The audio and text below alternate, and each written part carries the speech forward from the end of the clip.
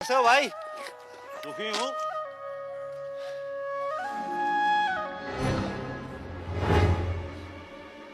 दुखी हूँ।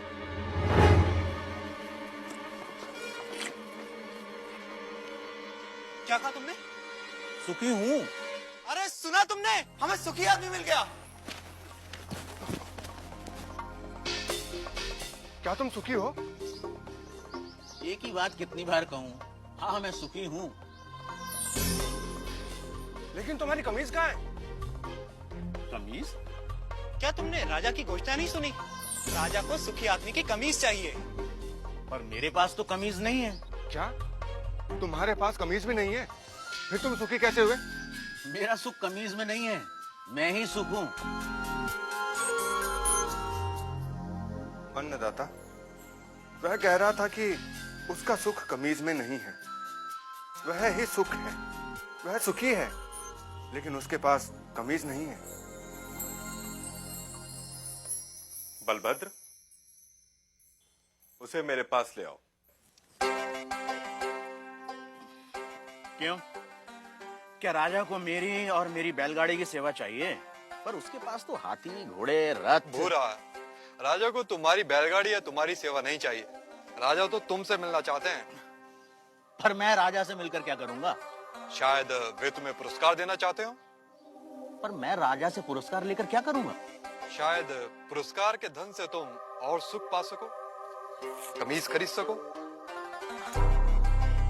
दाता, मैं कमीज के बिना भी सुखी हूँ। पर मैंने सुना है कि धन से वस्तुएं मिलती हैं। क्या धन से सुख मिलता है? और जो सुख से भरा हुआ है उसमें और सुख कहां से समाएगा? अगर राजा मुझसे मिलना चाहते हैं तो वो यहाँ आ सकते हैं, मैं उनसे मिल लूंगा। गाड़ीवान ने आने से मना कर दिया अन्नदाता। अन्नदाता को उससे मिलना हो तो हुकुम को ही जाना होगा।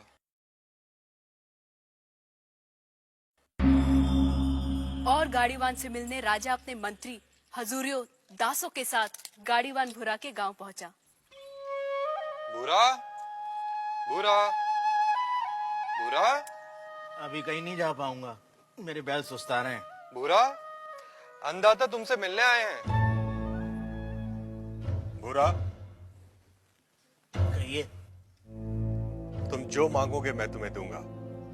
हाथी, घोड़े, दास, दासियां, जो चाहे मांग लो। पर मुझे सुखी होने का रहस्य बता दो। मुझे नींद आ रही है राजा, मुझे सोने दो। राजा हैरान था। दूसरी बार राजा फिर बड़े दल बल के साथ आया। भूरा, भूरा, हाथी, घोड़े, दास, दासियां जितनी चाहे मांग लो, पर मुझे सुखी होने का रहस्य तो बता दो। राजा, हाथी, घोड़े, दास दासियों के बिना भी मैं सुखी हूँ। फिर कभी आना। तुम्हें क्या चाहिए भूरा? मांग कर तो देखो। मुझे सुखी होने का रहस्य तो बता दो।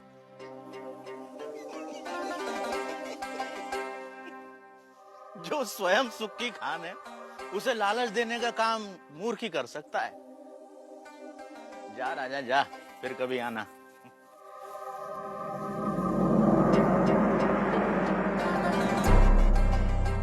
और राजा चला गया। उसे समझ नहीं आया कि गाड़ीवान भूरे को क्या चाहिए था। कि अचानक राजा एक दिन अकेले गाड़ीवान के सामने आ खड़ा हुआ।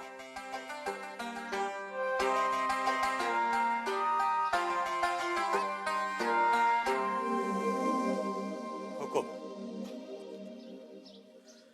तू फिर आ गया? जब तक आप सुखी होने का रहस्य न बता देंगे मैं तंग करता रहूंगा। मेरी पीठ खुजा सकेगा? हाँ मालिक। ला, खुजा। रहने दे, रहने दे। ठीक से बैठ जा, बैठ ठीक से। पहले ही अपने दिखावे का बोझ छोड़कर आता तो मेरी पीठ खुजलाने से बच जाता। पूछ, क्या जानना चाहता है? यह कैसा रहस्य है कि जिसके पास सैकड़ों कमीजें हैं वह सुखी नहीं है, और जिसके पास कोई कमीज नहीं वह सुखी है? राजे, सुख का कारण कमीज नहीं, आत्मा है। जो यह जान लेता है कि सुख का कारण भीतर है, उसे सुखी होने के लिए बाहरी वस्तुओं की जरूरत नहीं पड़ती। पर मन तो हमेशा सुख के लिए बाहरी वस्तुओं के पीछे भागता रहता है। इसीलिए राजे, जो अपने आनंद स्वरूप आत्मा को जान लेता है वह वस्तुओं के पीछे भागना बंद कर देता है। मैं समझा नहीं। राजे, आनंद आत्मा का स्वरूप है। आत्मा अनंत है, इसलिए आनंद भी अनंत है। आत्मा के स्वरूप के कारण व्यक्ति स्वयं से हर क्षण प्रेम करता है। क्या कभी सोचा है कि व्यक्ति बूढ़ा हो जाता है, बीमार हो जाता है, इंद्रियां साथ छोड़ रही होती हैं, मौत द्वार खटखटा रही होती है, फिर भी आदमी जीना चाहता है? क्यों? क्योंकि हर व्यक्ति स्वयं से हर क्षण हर समय प्रेम करता है। यदि दुख स्वयं का स्वरूप होता तो क्या मनुष्य कभी स्वयं से इतना प्रेम करता? कभी तुमने सोचा है कि कभी कभी आत्महत्या का विचार क्यों आता है? नहीं मालिक। क्या है आत्महत्या का विचार? क्यों भावना के वश में आदमी मन, बुद्धि और शरीर आदि को खत्म कर देना चाहता है? क्योंकि आत्महत्या का विचार भी आत्म प्रेम को ही व्यक्त करता है। जब व्यक्ति दुख और दुख देने वाली स्थितियों से छुटकारा नहीं देखता, तब वह अज्ञानता में आत्महत्या को ही दुखों से छुटकारा पाने का रास्ता समझता है। इतना है मनुष्य का स्वयं के प्रति प्रेम कि वह अपने अस्तित्व को भी समाप्त कर देना चाहता है। सुख भीतर है तो मनुष्य बाहर संसार के पीछे भागता क्यों है? क्योंकि वह स्वयं से प्रेम करता है। मनुष्य जिसकी भी अभिलाषा करता है, चाहे वह धन हो या वैभव, पत्नी, पति या पुत्र हो, वे सिर्फ उपकरण हैं जिनकी अभिलाषा मनुष्य स्वयं के सुख के लिए करता है। मनुष्य अपनी प्रियतम वस्तु या संबंधी को भी छोड़ देता है यदि वह वस्तु या वे संबंध दुख का कारण हो जाए। इसलिए मनुष्य सबसे अधिक स्वयं से प्रेम करता है। कोई भी व्यक्ति, चाहे वह संसार को पाने या संसार को छोड़ने की राह पर ही क्यों न चल रहा हो, वह स्वयं के लिए ही है। स्वयं के लिए इतना प्रेम कि या तो सारा संसार या संसार नहीं। स्वयं के प्रति इतना प्रेम ही आत्मा के सुख स्वरूप का प्रमाण है। यदि ऐसा नहीं होता तो मनुष्य दुखों से प्रेम करता।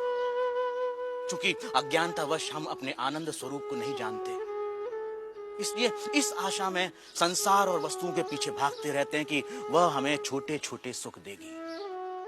यह ठीक वैसा ही है कि जो सुखों का स्वामी है, राजा है, वह खुद को भिखारी समझ दूसरों से इसकी उम्मीद करता है। यही है अज्ञान की शक्ति। इसलिए राजे, संबंधों का और वस्तुओं का सुख स्थायी नहीं होता, परंतु आत्मा का आनंद असीम होता है। वो कैसे स्थायी है?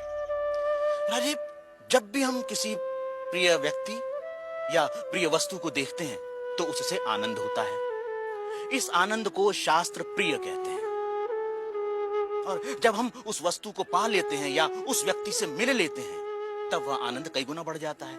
उसे मोद कहते हैं। और जब हम उस वस्तु का उपभोग करते हैं, तब उससे प्राप्त होने वाले आनंद को प्रमोद कहते हैं। परंतु जैसे ही हम उस व्यक्ति या उस वस्तु से अलग हो जाते हैं, वह आनंद भी समाप्त हो जाता है। इसलिए राजे, वस्तुओं का आनंद, व्यक्तियों का आनंद स्थायी नहीं होता, परंतु आत्मा का आनंद स्थायी और अनंत होता है। बुरा व राजा में आनंद पर लंबी चर्चा हुई, जिसे वेदांत में आनंद मीमांसा कहते हैं। सात्विक आनंद, राजसिक आनंद, तामसिक आनंद से लेकर अलग अलग प्राणियों और अवस्थाओं में आनंद की अनुभूति और उसके कारणों की बुरा ने मीमांसा की। पर अंत में राजा ने वह प्रश्न किया जो इस समय हम सबके मन में है। आर्य, यदि मैं ही आत्मा हूं और आत्मा का आनंद स्थान, समय, जन्म, शरीर, मन, बुद्धि और बाहर की किसी भी वस्तु से स्वतंत्र होता है, तो मैं अनंत, असीमित और पूर्ण आनंद का अनुभव क्यों नहीं कर पाता? राजे, यदि तुम अपनी आंखें बंद करोगे तो अंधेरा ही दिखाई देगा। जब तक तुम शरीर, मन, बुद्धि, संसार, वस्तुएं, रस, भाव और विचारों की ओर ही देखोगे, तब तक तुम उस अनंत, असीमित और पूर्ण का अनुभव नहीं कर सकोगे। इसमें गलती आत्मा की नहीं, हमारे दृष्टिकोण की है। इसलिए राजा, यदि सुख चाहते हो तो बाहर नहीं, भीतर देखो।